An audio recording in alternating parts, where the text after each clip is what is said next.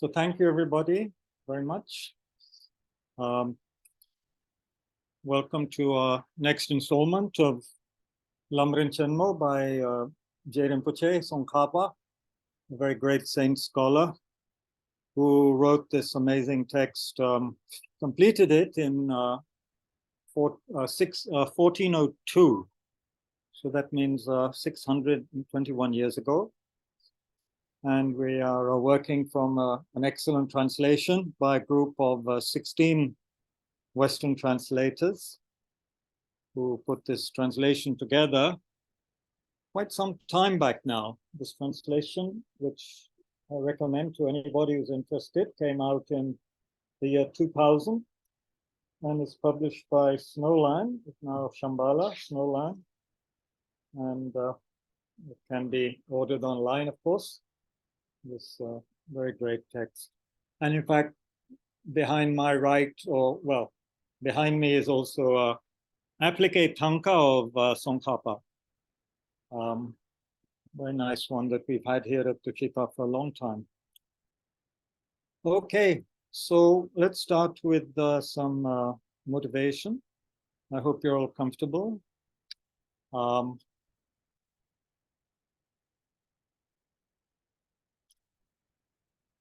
Let the back be upright, and if we can just bring our attention to the present moment and the contact of our body with the cushion, chair.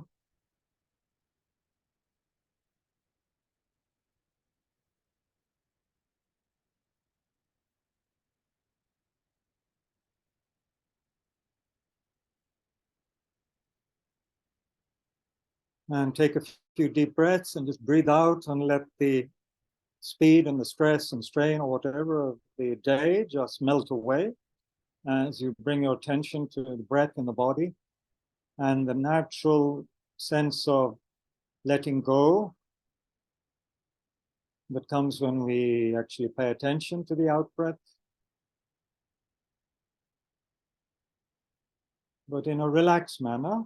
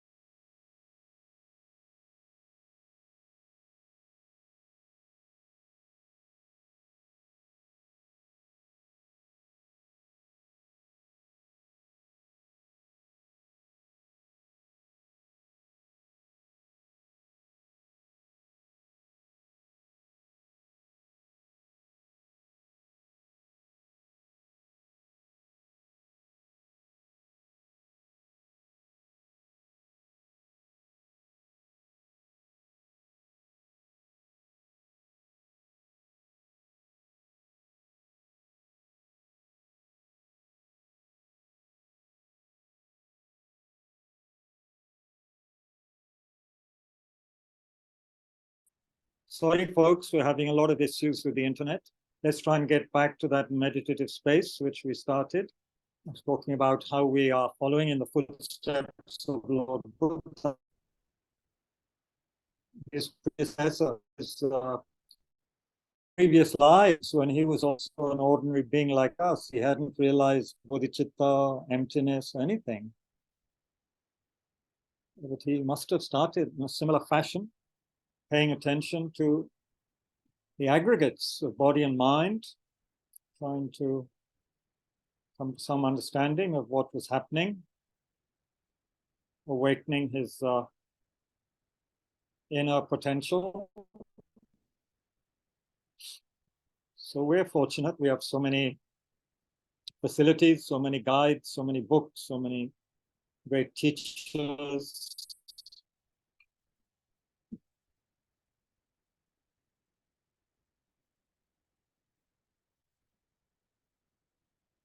Yep. So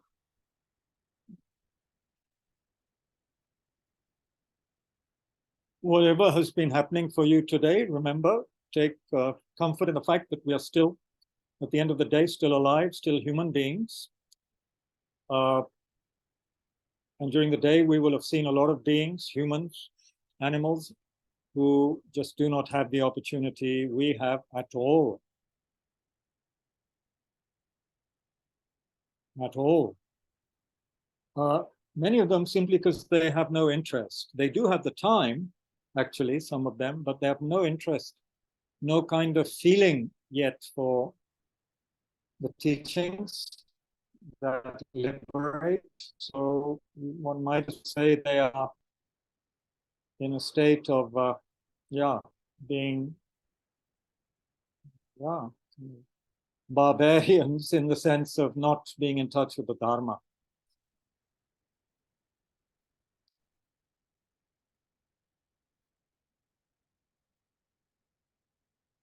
So as we breathe in and out, let us remember our fellow brothers and sisters, animals,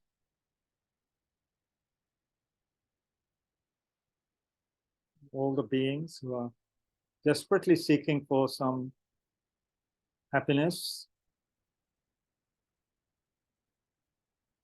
And like really a person desperately seeking water in the desert, and if they are not near an oasis, they're not going to find the water. So it's like if we haven't created the cause, we will not get the results. So most people are seeking for happiness in vain because the cause has not been sufficiently created. At least it is not ripening at the moment in this life. And from the Buddhist perspective, most of us lack merit, positive energy, lack the positive seeds which can ripen as happiness. But not realizing that, we simply keep on behaving in sort of narrow-minded ways, getting further and further away from the result which we really deeply wish for. So this is very sad, isn't it?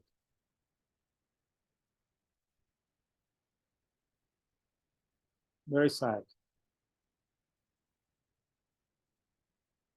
So it's good to feel a sadness for others. This speaks of our human sensitivity, capacity for empathy and compassion.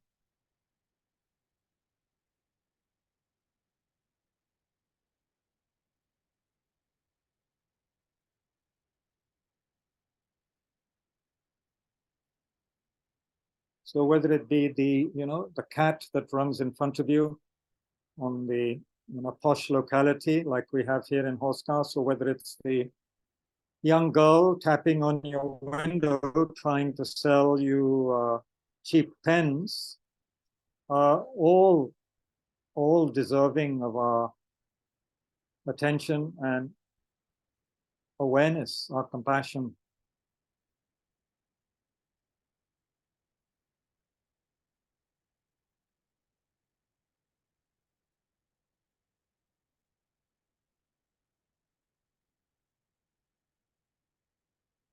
And we can also take comfort, those of us who feel a little uneasy with this, we can also take comfort from the fact that Lord Buddha, in some of his teachings, said words to the effect that I searched in all the four quarters of the universe, and I couldn't find anybody really more worthy of love than myself. Meaning one has to also care for oneself. It's not about neglecting oneself. Oneself is also a sentient being who wants to be happy. So it's not about denying oneself.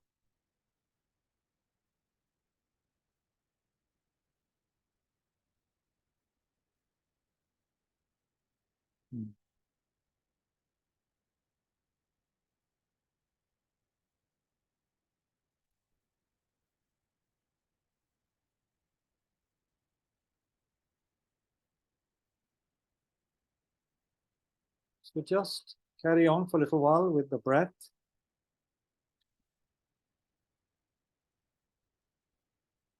A sense of calm, a sense of clarity. The clarity will come from also paying attention to being awake and aware, not letting sleepiness take over.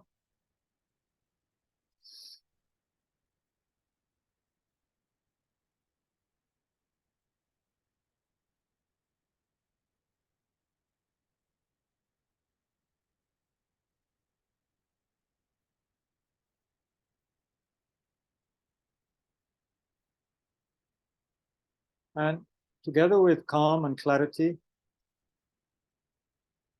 and vigilance, you could say, awareness, there's that sense of kindness, which is not a sentimental kindness, it's a openness to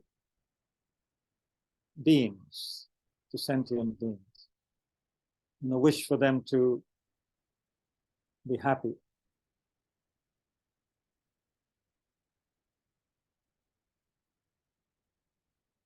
A deep yearning for them to find, happiness through creating the causes, through creating virtue and giving up non-virtue.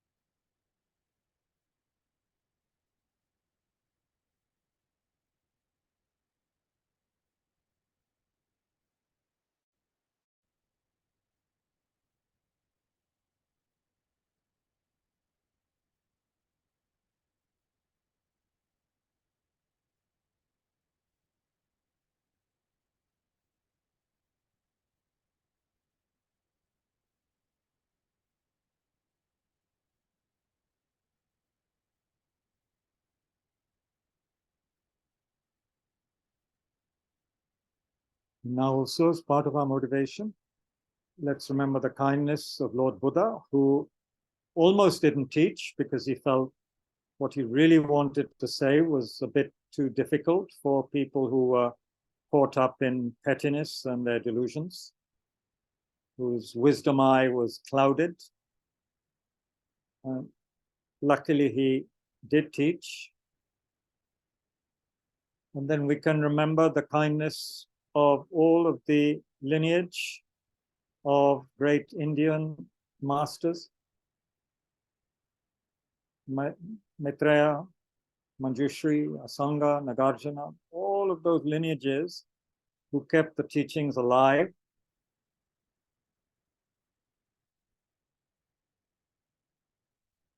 Until the teachings went to Tibet in the 8th century, and then the great beings at that time, Shantarakshita, Guru Padmasambhava, all the rest, the great Tibetan kings, Dharma kings. And then please remember the great translators, Tibetan translators especially, who sacrificed life and limb to come to India and to receive the teachings and take texts back to Tibet. Great beings like Marpa, the translator, in the 11th century.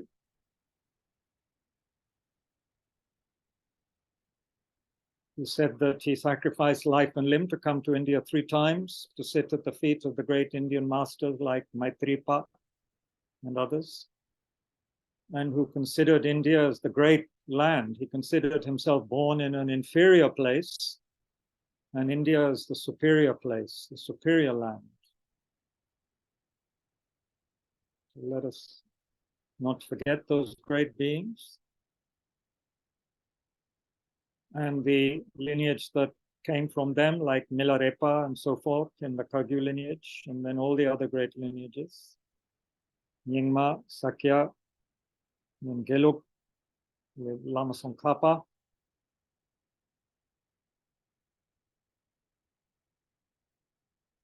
It's due to their kindness that we can study this text today, 2,500 years after Lord Buddha.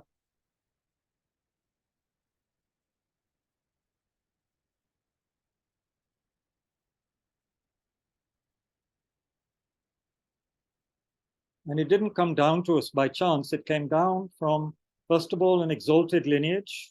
It had a source, was awakened energy of the Buddhas. And each qualified master meticulously passing it on to their totally qualified disciples, who had all the great qualities of a proper disciple, such as intelligence, open-mindedness, diligence, and so forth, right down to our present masters, teachers. It's really quite extraordinary, the unbroken lineage, right down to our masters of all of the 4 Tibetan major schools. It's really something to think about, that it remained unbroken due to the care, the kindness, the great effort of so many great beings.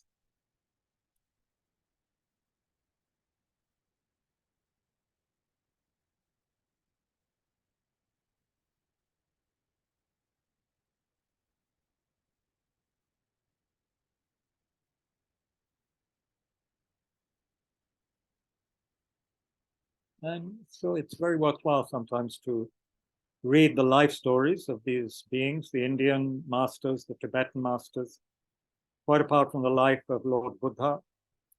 This can inspire us, remind us, especially us Indians, of our lineage, of our this wisdom tradition, which really we must uphold as best we can.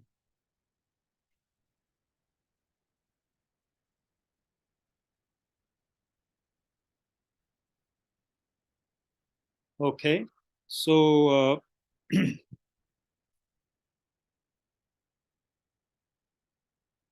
let's get on now with the text.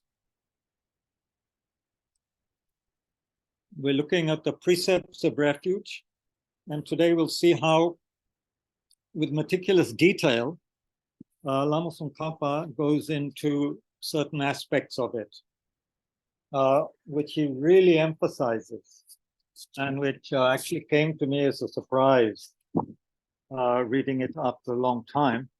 It really is an eye-opener, I would say, in many ways. So,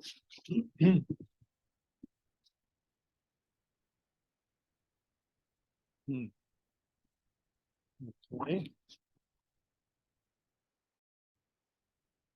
Those who have the text, we are on page, well, we can start a bit of a revision from page 196, where Tsongkhapa talks about the general precepts that we should follow if we have taken refuge sincerely in the Buddha Dhamma Sangha. He says we should recall the good qualities of Buddha Dhamma Sangha again and again, and go for refuge again and again. So traditionally we this briefly 3 times in the morning, 3 times in the evening, something like that, by reciting the refuge prayer, either the simple one where we just say something like, Namo Buddhaya, Namo Dharmaya, Namo Sanghaya again and again. Okay? Or we do the Mahayana Refuge, where we say, you know, I go for refuge until I'm enlightened to the Buddha, the Dharma, and the Sangha, from the positive energy that I generate by practicing giving and other perfections. May I attain the state of a Buddha in order to benefit all sentient beings. Like that, it can be as brief as that. Then we recall the kindness of the Buddha, Dharma, Sangha. Yeah, and then we, Tsongkhapa says, strive to worship them constantly. So, for example, Lama Zopa and Rinpoche would say, whenever you see a picture of a Buddha or, you know, a great being like that, your guru, then you remember the kindness, you know, remember the Buddha, remember the awakened being. And if we can be mindful, we should offer the first mouthful of food or sip of liquid, we are offering it to the Buddha, visualized at the heart, the Guru Buddha visualized at the heart, for example. Then the third thing is we skillfully need to try and establish other beings in refuge by considering them with compassion, Tsongkhapa says. So I guess it's like, you know, when you see someone who's really bereft of any kind of help, say you saw someone who was bereft, you know, totally didn't have any food or drink, you would try and get them some food and drink. So when we see people who are without any guidance in life or really struggling, then we might try and find opportunity to turn their mind towards the Dharma, towards refuge, if we feel it's appropriate and if we can do it skillfully, you know. Then whatever activity you engage in, whatever your purpose, make offerings and supplications to the Buddha, Dhamma, Sangha, forsaking any other worldly methods. Might need some commentary on that. Those who want to go into all of this deeply, and I might look at the commentary actually for the next session, there is the great several volumes by Geshe Lundup Sopa. I will mention them again and probably bring that text on Sunday and see what Geshe Sopa says about this, because he's written extensive commentary on Lamrim, a text, a commentary, a publication of which was sponsored by Lama Zopa Rinpoche. So we'll look at that to get more information on exactly what this point means. Then, but let's go on a bit. After you've understood the benefits of refuge, then go for refuge 3 times in the day, 3 times at night. Matlab, subah sham, we go for refuge. Maintain that refuge. Don't forsake it. Don't forsake Buddha, Dhamma, Sangha, even as a joke, or, you know, or even if it costs you your life. So I guess someone comes at you with a knife and says, I'm going to kill you unless you give up Buddha, Dhamma, Sangha, then I guess a true practitioner would say, yeah, they kill me. I'm not giving up Buddha, Dhamma, Sangha. So there were people like that, probably in India and Tibet, who did that and allowed themselves to be killed. But anyway, it's saying take it seriously. It's not something to take lightly.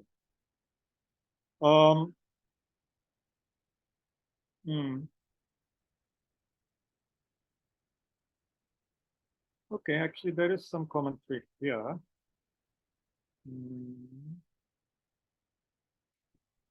Yeah, this is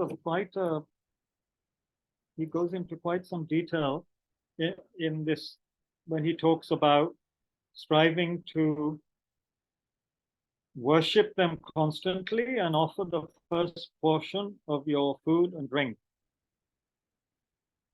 And quotes a Samadhi Raja Sutra saying that though people obtain food due to the Buddha's merit, the childish do not repay their kindness.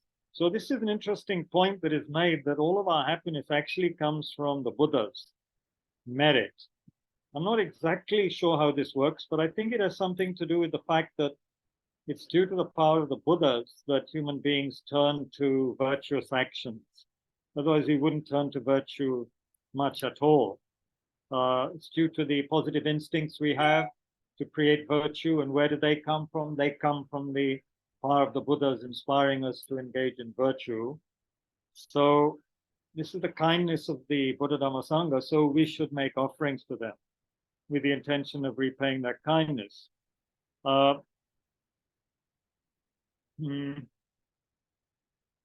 There are 10 types of offerings. Offering to the Buddha's body, so offering to the Buddha as a form, as like a statue or something, then offerings to stupas. Our teacher Lama Zopa used to make so much reference to this. He would go to the main stupa in Bodh Gaya and just offer grains, visualizing them as jewels, and throw them around the various stupas in Bodh Gaya, all the small stupas and so forth, visualizing it as jewels and beautiful objects as a way of creating positive energy in Bodh Gaya, which of course for Buddhists is the best place to create merit in terms of, holy objects. Offerings to a perceived object means objects you can see, like Buddha's embodiment as form or stupas, because they manifest your sensory faculties. But then there are offerings to a non-perceived object, which I guess in general just means objects of one's imagination.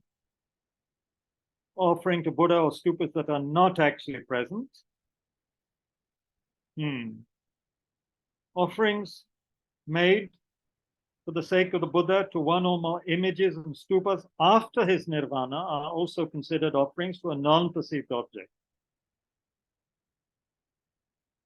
When you make offerings to either an unperceived Buddha or his unperceived stupas, it's like you are also making offerings to both of the perceived objects. Now, this is interesting. But the reality or emptiness of one of them is the reality of all of them. It is standard to make offerings both to perceived and unperceived, non-perceived objects. With the thought, I make offerings to all the Buddhas of the past, present, and the future, and to the stupas of the 10 directions of the limitless universe. So why is it the case that if you make, Lama Zopa Rinpoche used to quote again and again, the Buddha saying that if you make an offering to me now, to a statue or an image of me now, it's the same as offering to me, the Buddha, the actual Buddha, the same as offering to the Buddha, 2,500 years ago. And even greater, I think, because now is a degenerate era. So if we make offerings now, it's kind of extra special. Because it was easy to make offerings in the past because people's minds were more pure.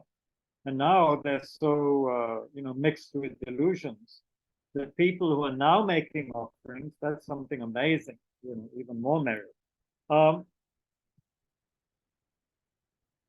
Thus, it is important that when you make offerings to a single Buddha or his image and the like, you recollect the indivisibility of reality and project the thought that you are making offerings to all of them. Matlab to perceived and unperceived Buddhas and stupas.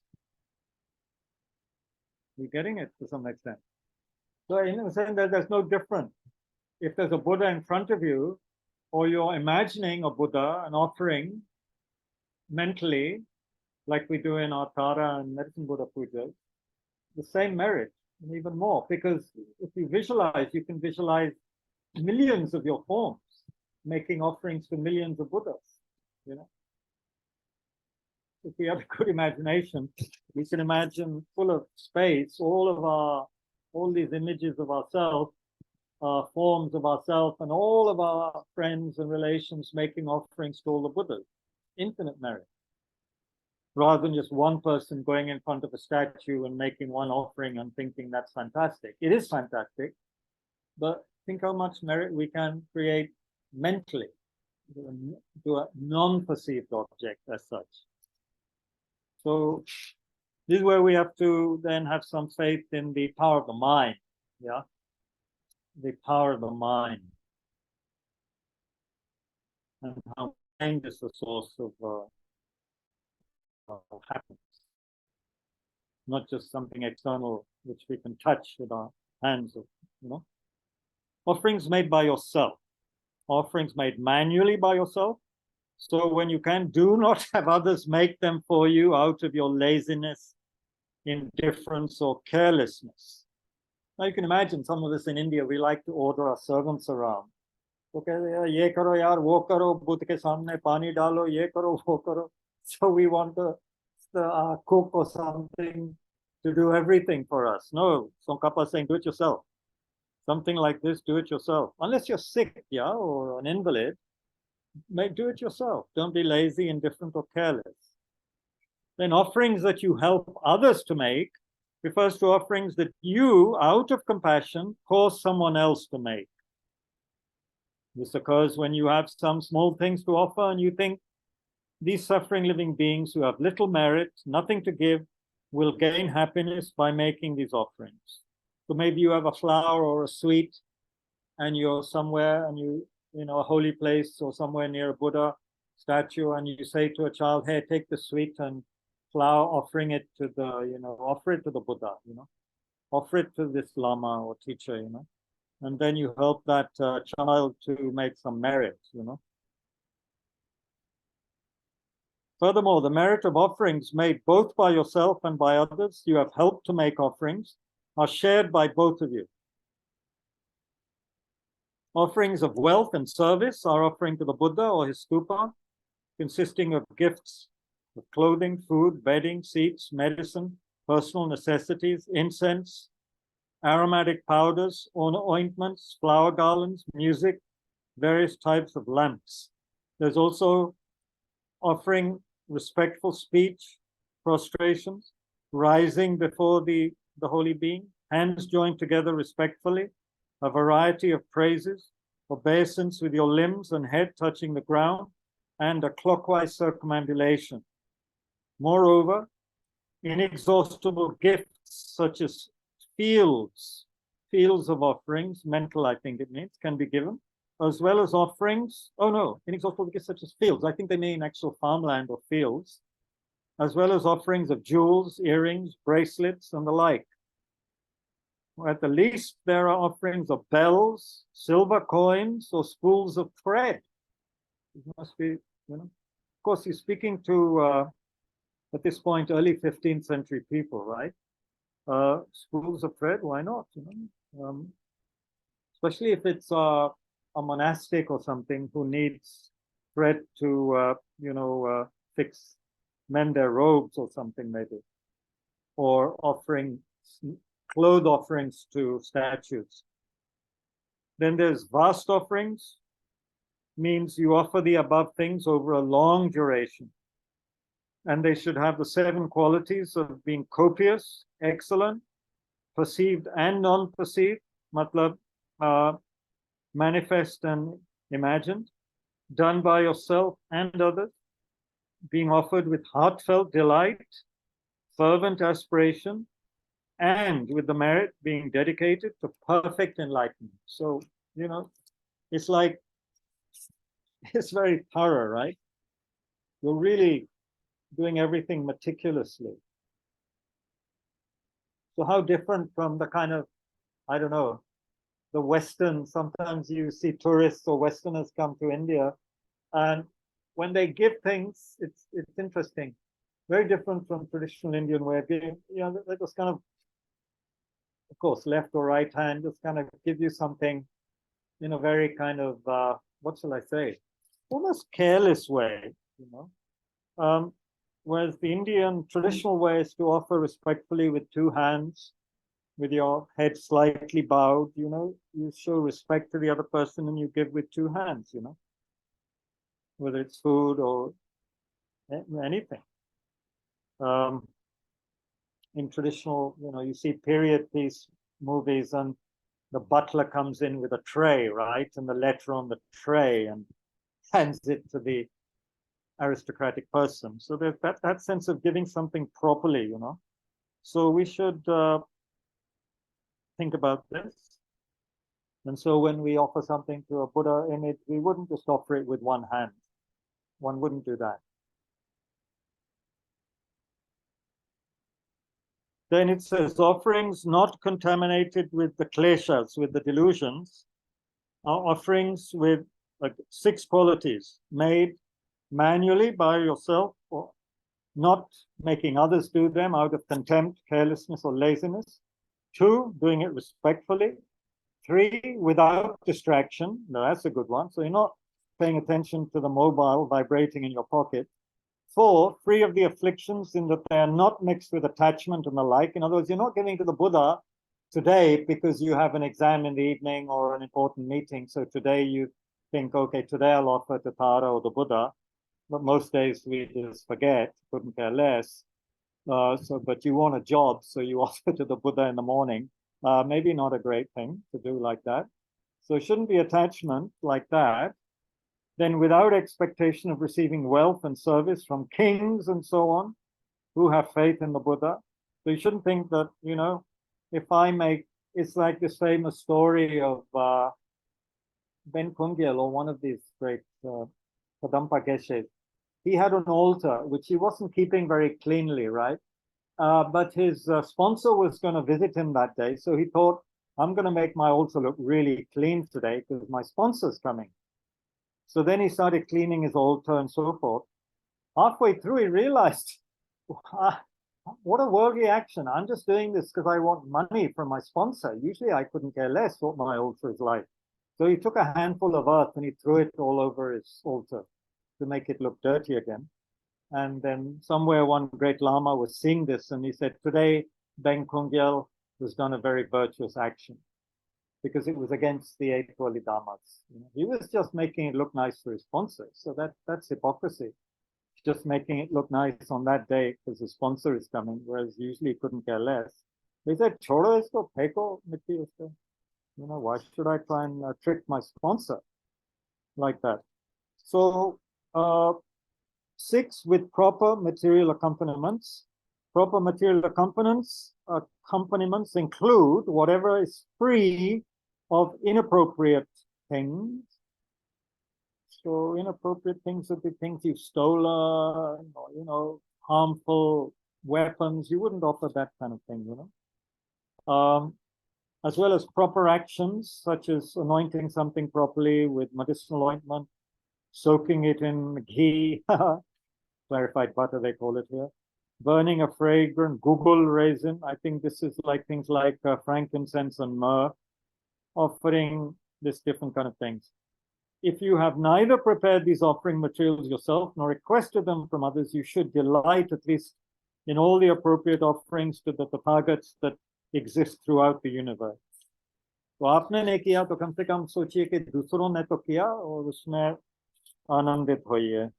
Be happy in what others are offering, and imagine them to be vast and pervasive. Rejoice in others offering them. Having made this great measureless offering, then you will, with little difficulty, amass the accumulations necessary for attaining enlightenment. Strive constantly to do this with a contented, happy mind. The Cloud of Jewels Sutra says you can also give unowned flowers. Matlab, you go and you find a tree not owned by anyone, it has lovely flowers, you can offer that. Fruit, trees, jewels, and the like. Offering of practice, what is that? Recollecting the 4 immeasurables and the fourfold condensation of the teaching, what we call the 4 seals. All composite phenomena are impermanent. All contaminated things are miserable. All phenomena are selfless. Nirvana is bliss and peace. Practicing the refuge, the perfections, admiring profound emptiness, fixing on it without conceptualization, disciplining your mind through the vows of ethical discipline, meditating on and striving for the factors of enlightenment, the perfections, and the 4 ways to gather disciples. All for at least as long as it takes to milk a cow. And Western translators don't know if it's in the text. 10 to 15 minutes, kam se kam karna chahiye, because that's how long it takes to milk a cow. Okay? So this is for rural people. But let us not forget the cow in India, of course. This is very good teaching to give to some people. Yeah, so we should do it for that long. We offer a practice. So to make these 10 kinds of offerings, which you don't remember and I don't either, but we've just gone through them all, is to make a complete offering. Otherwise, by definition, it's an incomplete offering. Second aspect of offerings is what Lama Tsongkhapa called the attitude, the attitudes. When you make these kind of offerings, there are 6 attitudes that will render immeasurable the result of even a small offering to any one of the 3 jewels. So say you make a small offering of a sweet, a cough sweet, which you got as change in the shop because they didn't have 1 rupee change. So they gave you a sweet. You offer that to a monk or nun. So if you have these attitudes, which Tsongkhapa will now relate, then you will create immeasurable merit because you have the right attitudes. The thing is just the 1 rupee sweet, yeah.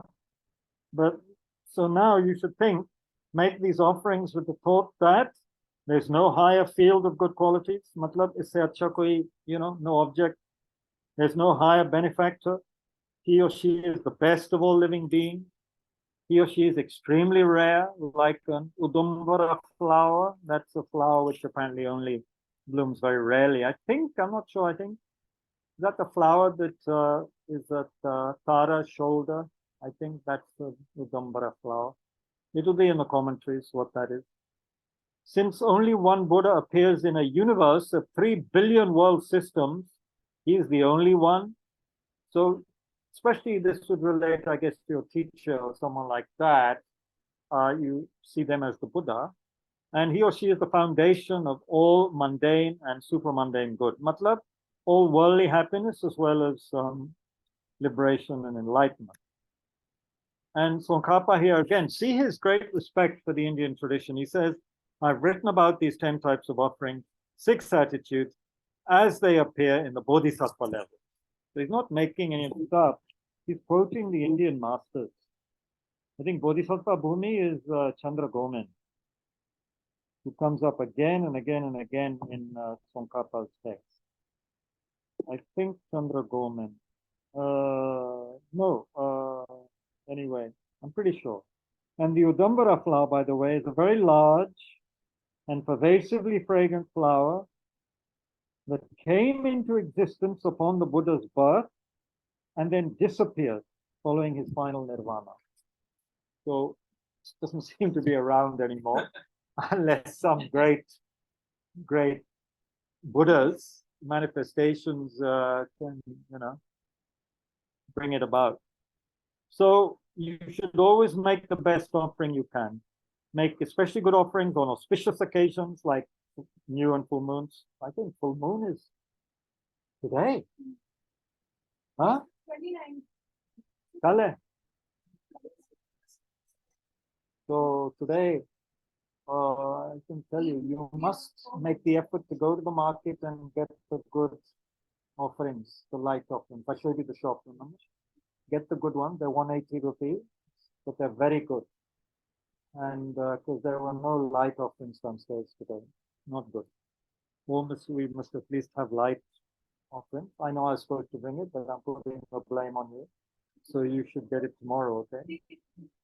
180 रुपए का मिलता है 25 होते हैं, but they're very good quality. They last 3 to 4 hours, whereas the cheap ones last a couple of hours, and they're not very nice. Huh? You did one. ठीक है, but make sure that some of you also for the. ठीक है. So we at Tushita also need to do a lot more with offerings. I know for sure Rinpoche would, berate us.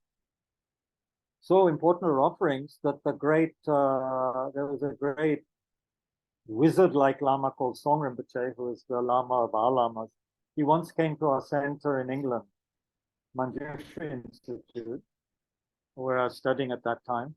And there was a Lama Tsongkhapa picture, tanka, but there were no offerings painted on the tanka. Like traditional tankas will have offerings painted. Like one here has some jewels. That's like an offering. That one didn't have any offerings. And this Lama got so wrathful. He was renowned to be quite a wrathful Lama. He said, "What are you doing?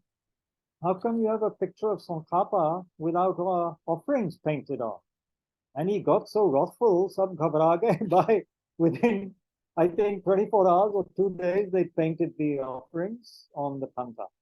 You know, they come se kam tanka pe the offerings. So, does that have offerings painted on it? There is that thing in just below the throne of the main Buddha. You'll see there is an offering.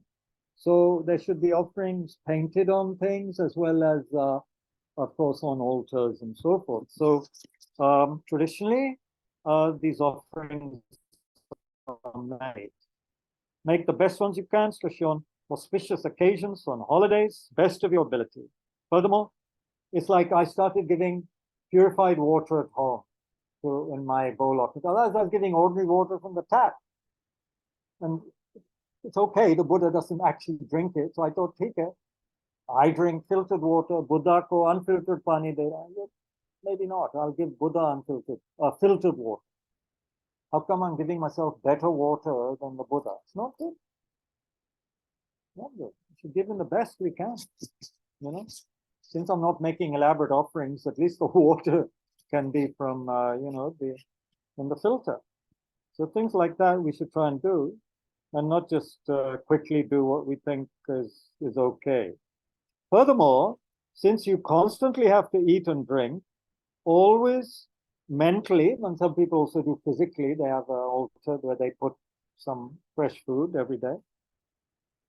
Offer the first portion of your food and drink. If you do with this without fail, you will easily amass a large accumulation of merit. How?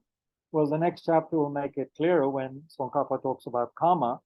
But as some of us know, because of the power of the object, the Buddha is a very powerful object of merit. Anything offered to a Buddha is far more meritorious than offering to anybody else. Even offering to our parents is also very meritorious, but not as much as offering to a Buddha because of the power of the Buddha, of the virtue of the whole thing. A Buddha is the most, and the Guru, your own Guru, is the most meritorious object of offering. Thus, from the depths of your heart, always offer the first portion of whatever you consume, even water. Looking at the time, 7:30. Okay, let's have a water break. Those who want to have water or stretch your legs, please do. Those online, you want to stretch your legs, please do.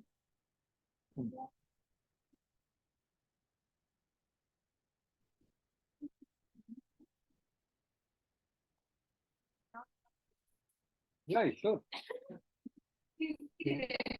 Those all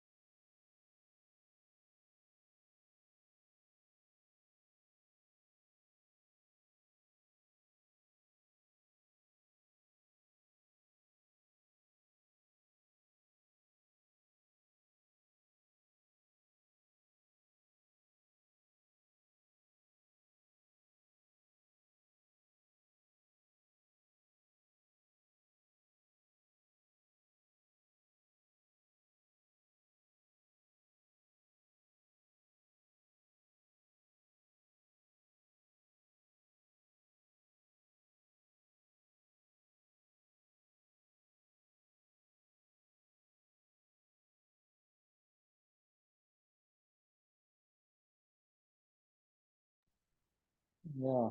What did you do at the mosque?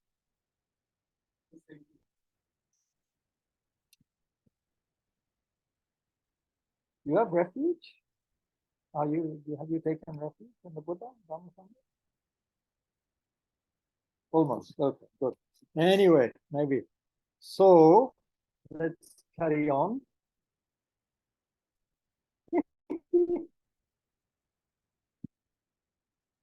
Free the humans. Yeah, someone has a T-shirt here called "Free the Humans." Is it free the humans? Yeah. Freedom from what?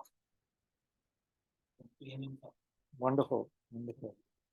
So, do not offer such things. Oh, this is good. Moldy sweet cheese, yellowed leaves, but use what you have that is good. Offering the first portion of tea will not be beneficial if it is done like the clearing away of some dust. Matlab, sometimes tea, like they say, someone said that we export all our really good tea to the West, and what's left is the dust at the bottom of the tea houses in Kolkata or wherever, and that gets given to, the local populace. Jo bhi hai. We shouldn't think, oh, thoda sa chai reh gaya, chalo Buddha Bhagwan ko dete hain. Nahin. We should give the best part of the tea, the best part of everything to the Buddha. Nothing moldy, nothing smelling, or nothing old, just very good. For example, it won't work just to put seeds on a fertile field without actually planting them in season. So it's appropriate continuously to plant the seeds of temporary happiness and certain goodness throughout the 4 seasons in a fertile field that gives rise to all temporary happiness and certain goodness in this and future lives. But until this field with the plow of faith. If you don't do this, you will be extremely poor in merit.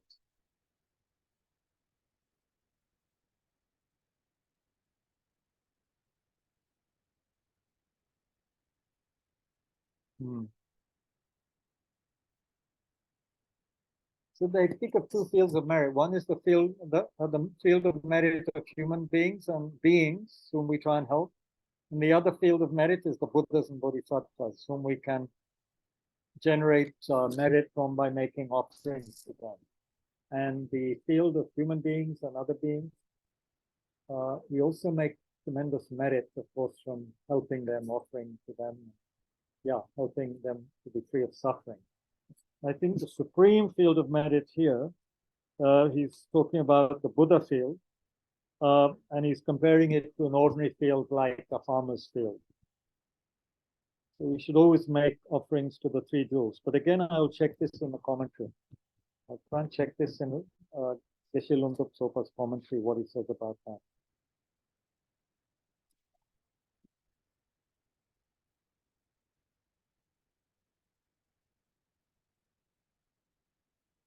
He's saying there may be occasions when our mind's power is so weak that we can't remember the words of teachings when we study, or understand the meaning when we reflect on them, and we can't gain any knowledge when we meditate. At that time, we should rely on the power of the field of merit, meaning making offerings to Buddha Dhamma Sangha. And I've lost. What happened? Sorry, no, it's something I've done. Press here. Zoom. Okay, I'm back. The wrong. I pressed something and I lost the Zoom. What happened? Can you help me, please? The youngsters can help me. What did you do? I didn't do anything. You touched something. Again, it's gone. What did you do? I don't. Click back to meeting. Back to meeting? Yeah. Correct. Good. So just testing it. Sorry, I'm a total dinosaur when it comes to these things. Okay. So he says this is a personal instruction, meaning this is something we need to take to heart.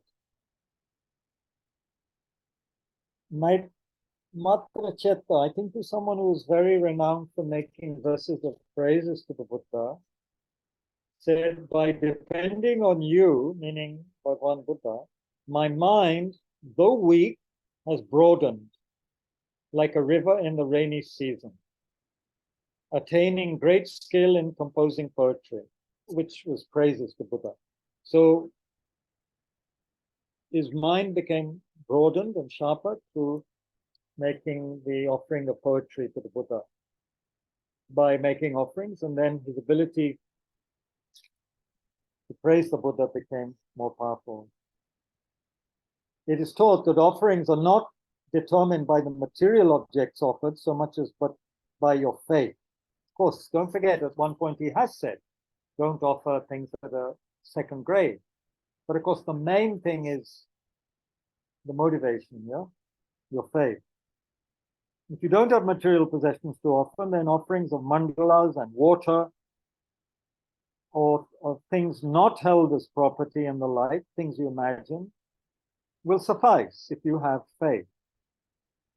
Some have possessions, but are miserly, unable to give them up, quoting the verse, as I have no merit, I am very poor, I have no other wealth for offerings. This is like a blind person trying to fool a sighted person by dropping a bit of sawed incense into a smelly conch cup and saying, this is water scented with sandalwood and camphor. Matlab, don't try and pull the wool over the eyes of the holy ones, you know. If you have something to give, you give it. Don't say, I'm poor, I don't have anything, if you do have things to offer. But if you don't have things to offer, then visualize. And of course, if we're out in the street and we see some beautiful park or beautiful flowers, that's an amazing occasion where one can just imagine offering it to your guru, to the Buddha. That's wonderful to do. I do that sometimes. You see beautiful flowers at IIC or in some garden, you offer them mentally to the Buddhas. And the merit, they say, is immeasurable because of the Buddha being who the Buddha is. Yeah? It's not through the power of the flowers so much, it's your attitude and the fact that you imagine you're offering to them to all these Buddhas. And the Buddha is recognized as oneness with the Guru, with your own Guru.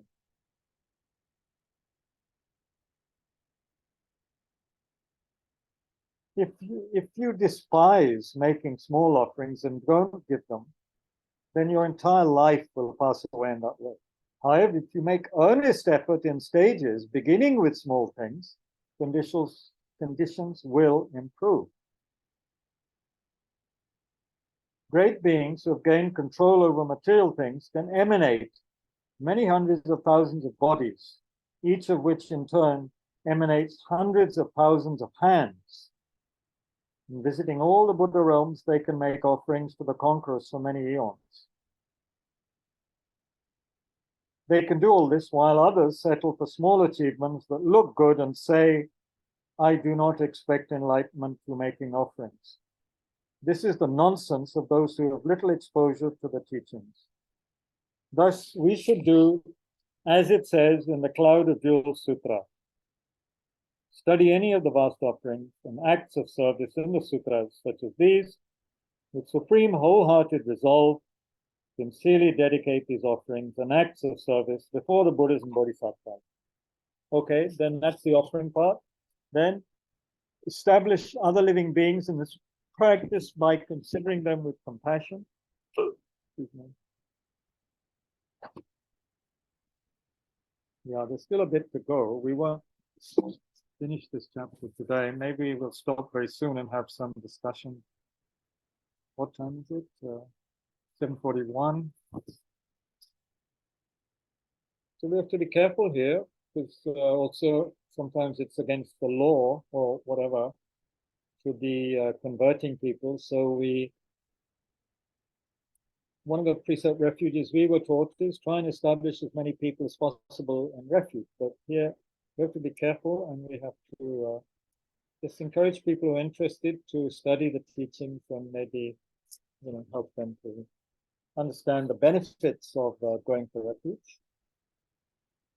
You should use all available means, Tsongkhapa says, to caringly establish other living beings in the practice of going for refuge. But if that means you know that they'll get beaten up or something like that in the particular place they live, then you shouldn't do it. I remember being very, very uncomfortable once. I was invited by a Dalit lower caste person to a village in Bihar, not far from Bodh Gaya, where there was also many upper caste people who were really against this guy. And I felt so sorry for him because he was very poor and he had 5 daughters. So to have 5 daughters as a poor person in Bihar, it's like almost like death, because to get husbands for the daughters, you need dowry and all of that. And I wanted to help him, so he'd invited me to his village. I stayed, I think, a night there. And I just felt, he was so isolated and amongst all these other people who were against him, really, and despised him for what he was as a lower caste person and who were not Buddhist by any means. He wanted to be, and, so one had to be very careful. And I lost touch with him, so I don't really know what happened to him, but I feel he must have suffered a lot, partly for having 5 daughters, but also for being Buddhist. So be careful how we have to be careful how we encourage people. Of course, that's an extreme example. But you don't want to go to someone's house where the parents are very staunch something or other, Muslims or Hindus, and try and, ostentatiously get the one person in the house to become Buddhist. That would be very foolish. Anyway. Okay, some commentary on that one. Whatever your purpose, make offerings and supplications to the Buddha Dhamma Sangha, forsaking any other worldly method. The commentary. Whatever your purpose, rely on and do that which accords with the 3 jewels, such as making offerings to them. Never do that which does not accord with the 3 jewels, such as relying on the Burn religion, which is the original religion of Tibet. Meaning, not relying on any other worldly gods. So if one is Buddhist, taken Buddhist refuge, you don't rely on Allah, you don't rely on Shiv or Vishnu, you don't rely on a Christian God or Allah, you rely on the Buddha.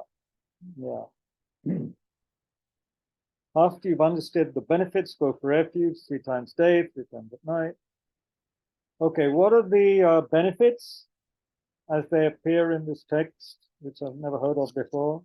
I read Tsongkhapa, Compendium of Determinations. 2 sets of 4 benefits. First set of 4, 1, you will obtain vast merit because the Buddha is inconceivable, teaching is inconceivable, community is inconceivable, having faith in them is inconceivable, the fruition is inconceivable. So these words are suggesting we can't really explain in words who the Buddha is, what the Dhamma really is, and what the result will be. It will be something that, would blow an ordinary mind, kind of thing, Sometimes they even say it would scare us. That space cannot fit the merit. All of that kind of thing is said. If the merit of going for refuge took form, even these 3 realms would be too small to contain it. Just like a cupped hand cannot measure the great ocean, the great storehouse of water. 2, you will obtain joy and supreme joy. Joy and, I guess joy is worldly, more worldly kind of joy. Supreme joy is the joy of Buddhahood, I guess.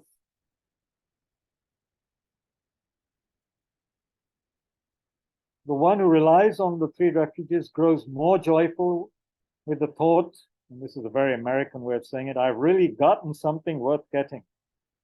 In British English, we'd say, I've really obtained something worth getting. But maybe it was colloquial Tibetan they're translating. I've really gotten something worth getting. They say that in the States, right? Gotten something. Oxford में ऐसा नहीं बोलते हैं. I've really gotten something. कोई नहीं बोले. कोई Oxford का professor ऐसे नहीं बोले. I've gotten something worth getting. I've obtained something worth getting. Okay. Then you will obtain concentration and purity. You will be liberated through training in concentration and wisdom. Second set of 4, you will have great protection. This will be explained later. You'll reduce, extinguish, and totally annihilate all obscurations derived from incorrect belief. Remember, Buddha said all his teachings are aimed at getting us to understand the correct view of emptiness. And all of these incorrect beliefs get in the way of realizing emptiness.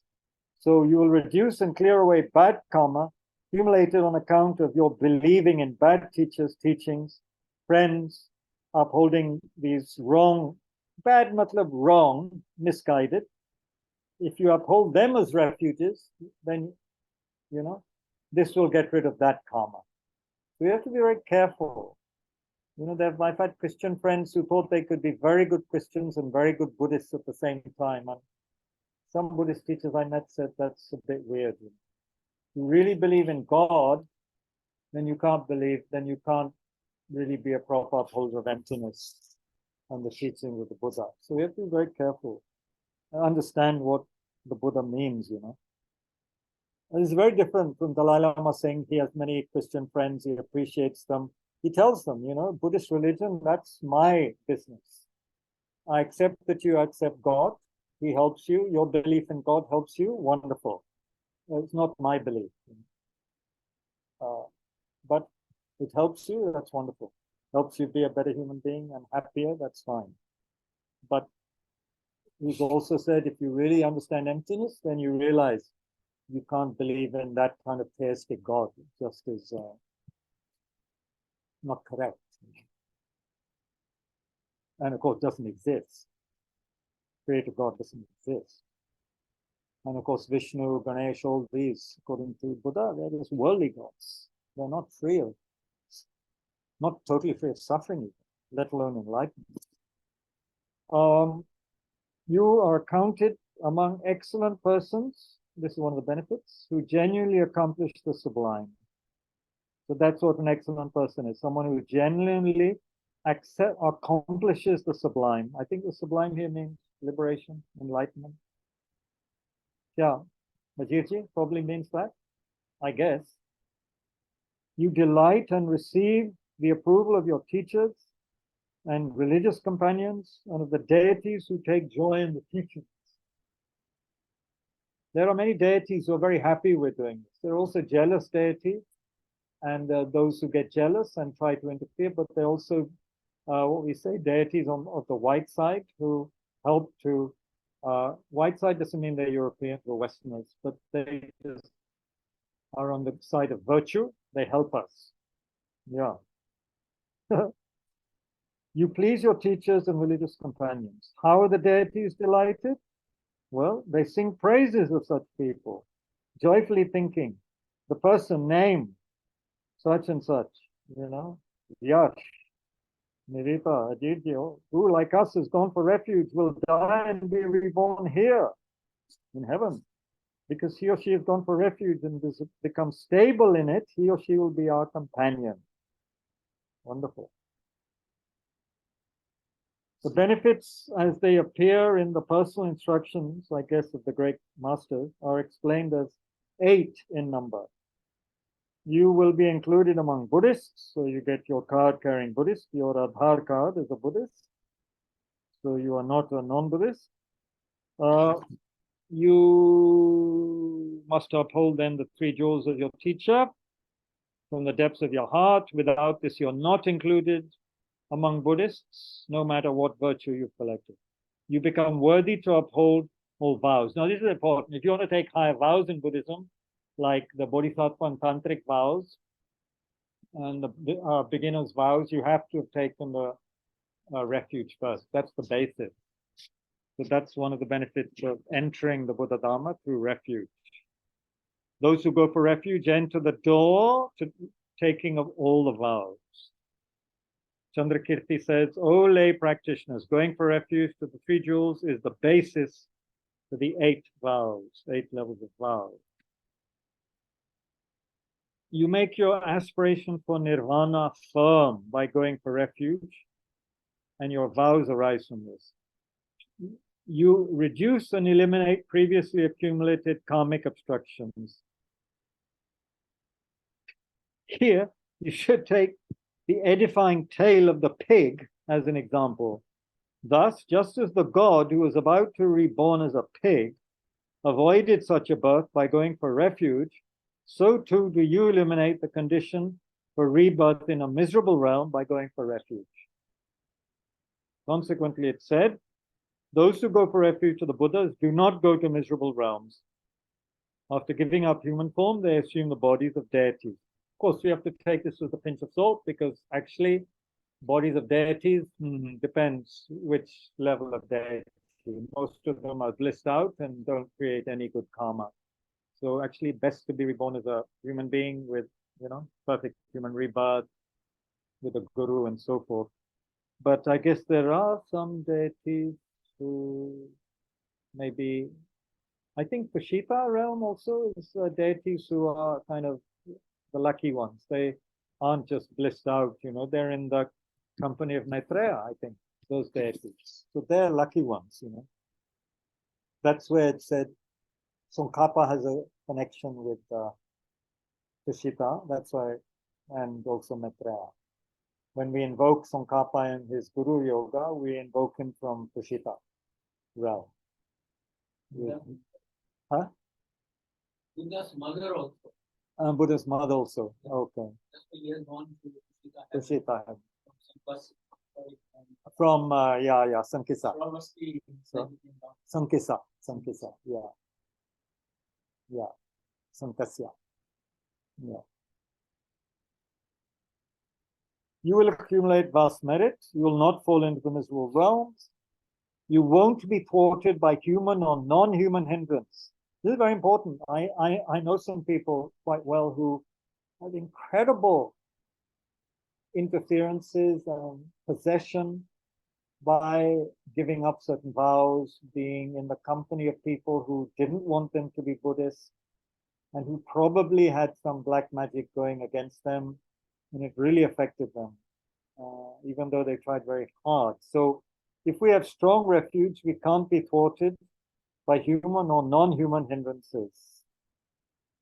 People who are terrified mostly go for refuge to deities of the mountains, forests, temples, and the trees of sacred places. But such refuges aren't the foremost. Such refuges are not supreme. If you rely on such a refuge, you won't be free from all suffering. When you go for refuge to the Buddha, the teaching, and the Dharma, the Sangha, you will see with wisdom the Four Noble Truths, suffering, origin of suffering, correctly overcoming suffering, and the happy Eightfold Noble Path leading to Nirvana. This is the foremost refuge.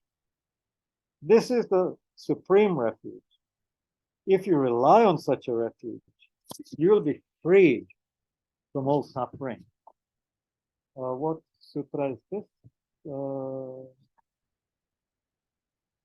It doesn't say exactly. In the notes it's somewhere, but it's from a sutra Tsongkhapa says. You accomplish everything you wish. If before undertaking a religious activity you make offerings to the three jewels and go for refuge, pray to succeed, you will easily accomplish it. He doesn't say non-religious activity. So if you just want to make money or, want to rob a bank, then it won't help much to go for refuge. You'll quickly achieve Buddhahood. Through faith, you overcome a lack of rest, of leisure, meaning you will obtain a special precious human rebirth on the path and so forth. So each day, try to recall the benefits in the above manner, then go for refuge 3 times during the day, 3 times during the night. Don't forsake the refuge, even if as a joke, or if it costs you your life. Inevitably, one day you will lose your body, your life, and your resources. But if you give up the 3 jewels for the sake of these, you will suffer continually throughout many lives. Thus, you should repeatedly vow that whatever happens, you won't give up your refuge, not even mouthing the words in jest. Former teachers, Tsongkhapa says, have said that there is a precept that you should practice going for refuge to the Buddha of whichever direction you're going in. I haven't seen a source for this, he said. Well, it's a good thing to do. There is a prayer we do, that Rinpoche said, When you're going somewhere, there's this prayer, you imagine the Buddha in the direction you're going to, and you prostrate 3 times before you leave your house. I'm sure it works. It's just Tsongkhapa is very thorough. He's saying he doesn't know of an Indian source for that. Okay. But if your guru says it's good to do, one should do it. But just Tsongkhapa saying he can't quote anything on that. He's not saying don't do it. You see how thorough he is. He always wants to say, I'm rooted in the Indian tradition. I'm not making these things up, you know. Such devotion to, you know, the parampara, the tradition. Then they talk about the some of the other precepts, an image, a verse, even a discarded scrap of yellow cloth that you might see on the ground. Out of faith and belief, consider it to be the teacher, the Buddha. Don't mistakenly deny anything he said. Rather, place it on the crown of your head. View pure and impure persons as though they were noble. I think especially monks and nuns, you may know for sure that some of them are not keeping their vows properly, but still, because they do represent for us the Buddha, this pure Sangha, we should respect that aspect of them as though they were noble. Of course, there's a tantric precept to view everyone as pure, as deities, but that's something else.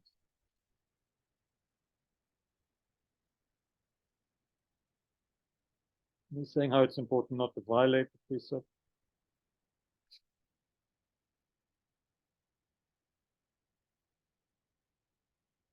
Saying basically, so long as you have the Buddha as your main teacher and the Dharma as your main refuge, you are keeping your refuge. But if you fully turn for refuge and count someone else as higher than the Buddha as your refuge, then you've contravened. He says sometimes the teachings say, yeah, if you need some worldly benefit and you take refuge in a worldly deity for a worldly aim, that's not great, but it's okay. But if you take full refuge for enlightenment, liberation in a not in the Buddha, in a worldly deity, then you've forsaken your refuge.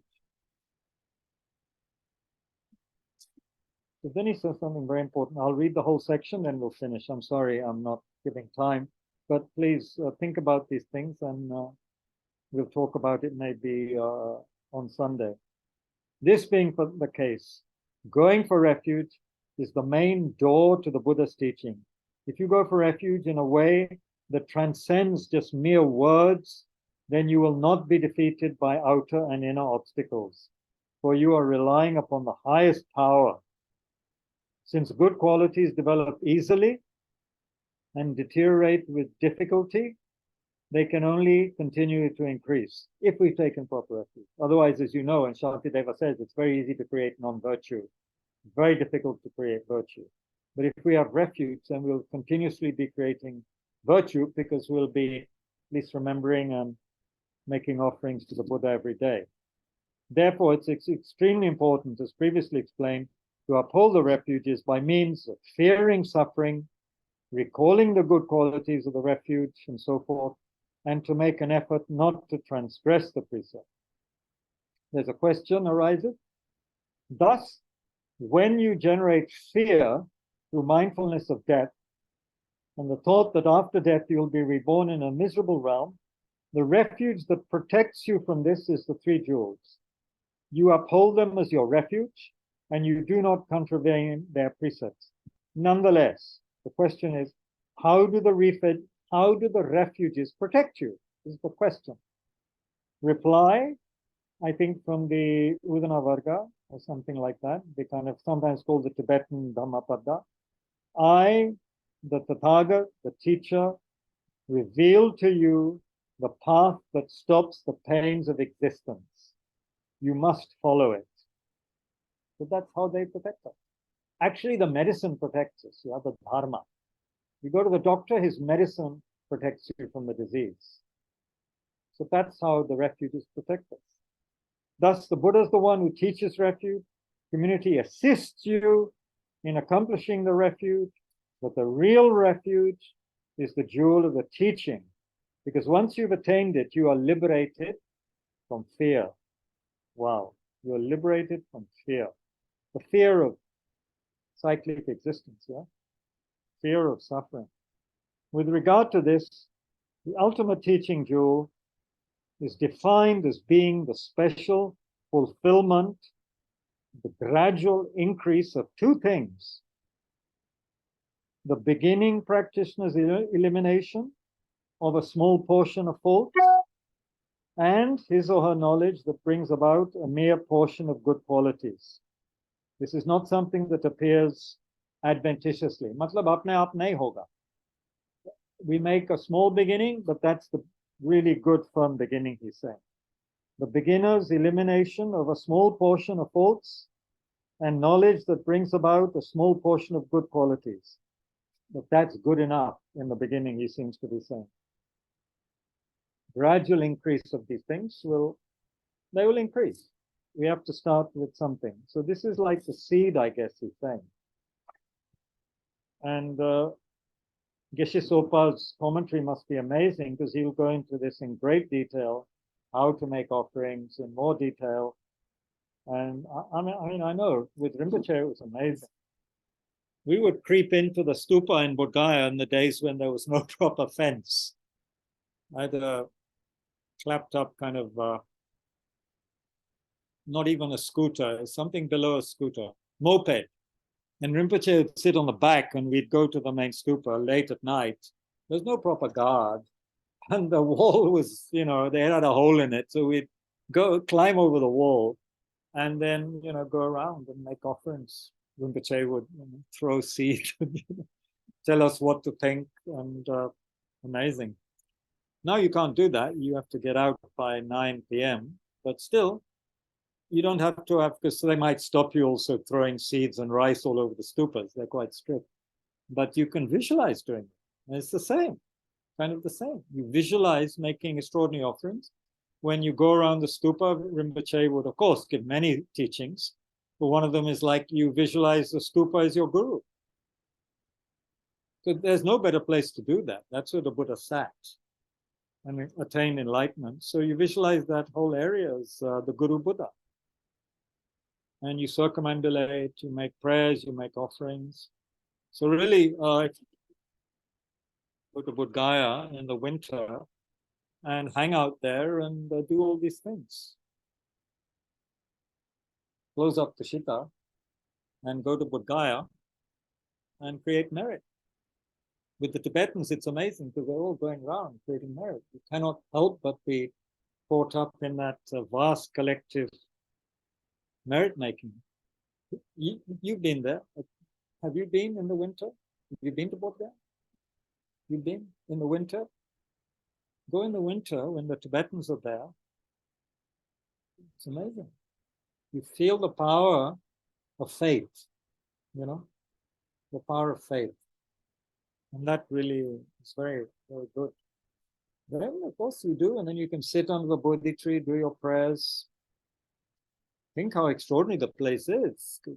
That's where the Buddha sat, right there. Amazing. Not that particular tree, but a descendant, ancestor of that tree. It's amazing to think like that. And yeah, so anyway, I think good just to have heard those words of Tsongkhapa, of the great Tsongkhapa. And we can look more at it. And you see, these things have value that we can't estimate because we're so used to, the worldly things we can see and touch, like money and, But then to make a whole table, we had a nun here, right? Venerable Samten. She would make extraordinarily beautiful offerings. There are a couple of long tables she would put downstairs. Will you ever hear them? We should do that again soon. Beautiful offerings. Aapne dekha hoga na?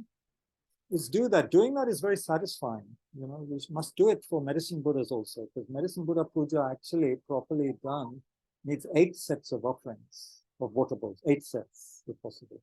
So we should really start doing that. Get the full benefits of these pujas. I'm very lazy. So we should do this, and it will help everybody who then, we're praying for. Anyway, it's gone 8 o'clock. But if there's one question, we should, let's, anyone, not question, but comment, anybody? These things can bring up a lot of feelings or questions. Neil, you're from a tradition that Baba Sahib Ambedkar's, which may find some of this a little bit too, what shall I say, Brahmanical. What do you think about all this? I feel that it is something to challenge yourself with, because there is faith, and Yes. Baba Sahib's is also a leap of faith, and that's where they kind of mingle together. Yeah. I think we can start in a small way, because I've often told my Baba Sahib Ambedkar friends that they should at least, if you keep a Buddha image, keep it clean and keep at least one fresh offering in front, and don't burn incense in front, which then falls all over the place in front of the statue and really looks a complete mess. You wouldn't treat a guest like that. So, the Buddha is the ultimate guest, right? We're trying to invite into our hearts and minds. So at least have a little space in front of your Buddha image. By all means, have Baba Sahib there and all. But, it should be clean and done carefully. And then, then maybe people get a little bit of feeling for making offerings. Because of course we know Buddha doesn't come and eat those offerings. We Mahayanists, we're not stupid. But it's like we're creating some positive energy in our own minds by offering. That's the point. Buddha doesn't need these offerings. He's made it very clear the best offering is our practice. But making offerings creates a positive vibration in our mind. And so, as you say, we can experiment with this. It's a leap of faith for some, but for some easier than others. No harm in experimenting, right? No harm in having beauty. If you want, beauty is something nice, right? Who wants a mess in front of holy object? Nobody does. Nobody wants dust on their bookshelves even, Yeah, so, it's a bit like that. Yeah, it's a lot of bringing up of the fact that you can, in the 22 pledges of house, yes. the action of keeping no figureheads and gods and goddesses have to be discussed. Buddha is not a god or goddess, you see. Yeah. So I was trying to no idol worship kind of thing. No idol worship. Yeah. So the whole aura is to build it towards renunciating Hinduism and then picking up. Yeah, it gets mixed. Of course. The Buddha himself said, as I quoted, those who see me as form, those who see me as sound, they do not see me. But on the conventional level, we do need to see him initially as sound and form, because that's where we're at. We're not yet people who can transcend form and sound just yet. But, and that creates positive energy. Then later we create the positive energy to be able to appreciate the beyond form and sound Buddha. But that's a high level, right? Yeah, and so we start with all of it is ethical. Even the cleaning up and dusting off the surroundings for a Buddha, that on its own, the flowers, everything is similar. It's not out of place, and so I'm sure, ethically speaking, Baba Sahib would fall straight in the lap of the Mahayana or Theravada, whichever way. Yeah, it's a great tragedy he didn't live longer. I think I have this kind of feeling that if he'd met the right teacher, Lama, he could have become very warm towards a lot of things that initially reminded him of Hinduism, and therefore he rejected. But tragically, he didn't live long enough. Yeah, But anyway, he planted amazing seeds in people's minds and in his own mind. So, but once went to a village, kind of put together a Buddha statue with a big screw and a bolt on the back, like it was some kind of piece of furniture. So, that kind of thing, I hope doesn't happen anymore, and people have more respect for Buddha statues and some more beauty and, nice offerings. At least people are slowly learning. But I mean, me being a more traditional Buddhist, first time when I went into a Ambedkarite Vihar in Maharashtra, there's a big picture of Baba Sahib and a very small picture of Buddha. And I thought, what's going on, Later, I began to understand why Baba Sahib was so revered. Then I understood. But at least, we could have them equal size, But that time, Baba Sahib was big, and it made sense. He's the one that their grandparents had related to. They hadn't met the Buddha. Yeah, even the touching of the feet. There is a new movement which is a sort of a very old tradition. The showing of the touching of the feet is that Baba Sahib is touching the feet of the Lord Buddha, and that sort of thing is communicated nowadays in seminars, so that you don't want to again go too much into old things and old too much of a tradition stuff. Yeah, stuff like that. Yeah, it's a lot of work to be done, isn't there? Critical thinking, balanced, calm way. But unfortunately, things are taken up with the whole caste issue in India, atrocities against Dalits, and the whole thing gets, vitiated. But hopefully, I found a lot of my Ambedkarite friends have become much more mellow now and less anti-Hindu. And I think that's good. And so they're able to appreciate more aspects of Mahayana that originally would have put them off, Anyway, thank you, Neil. Thank you. We'd better stop now.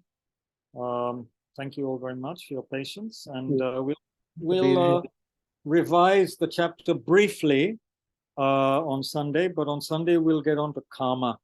There's a chapter on karma, which again is often quite contentious. So it's the chapter on the general characteristics of karma. Later, it goes on to the varieties of karma, but on Sunday, we'll go into the general chapter on karma by J. Rinpoche, Tsongkhapa, and investigate that. Thank you very much, everyone. 4 people online. Well, 3 online, still there. Sagar Bhai, thank you.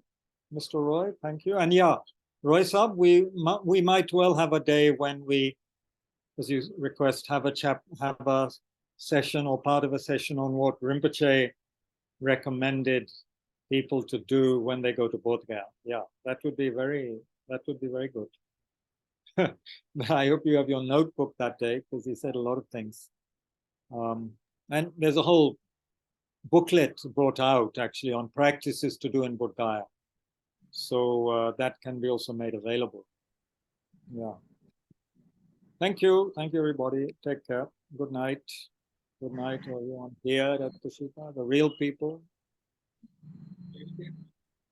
We'll dedicate, yeah, thank you, sorry. We'll dedicate for the benefit of Tushita, for all the people, to not be separated from these great teachings, to understand the benefits of offerings, and to have more and more faith in the 3 jewels from the depths of our heart, and to benefit from that, for our teachers to have long and healthy lives, and never to be separated from the Holy Dharma, for it to last for a very, very, very long time. And even when it dies out, as it is said to, may we reconnect with it in future eons and be guided by future Buddhas, by the 1,000 Buddhas of this great fortunate eon. The next who will be Maitreya. And then all the wishes of Kyabje Lama Rinpoche for the center and all the centers to be fulfilled. His Holiness Dalai Lama to have a long and healthy life. Sri Chandra Prabhaji to have good human rebirth. For Sumit Prasad, Sujit's brother, to have successful future kidney transplant. All the people who we know who are sick and ill or lonely or unhappy or needing guidance, may they find everything they need to be happy. And may all of us, in the words of Shantideva, bow down to our spiritual masters through whose kindness we develop.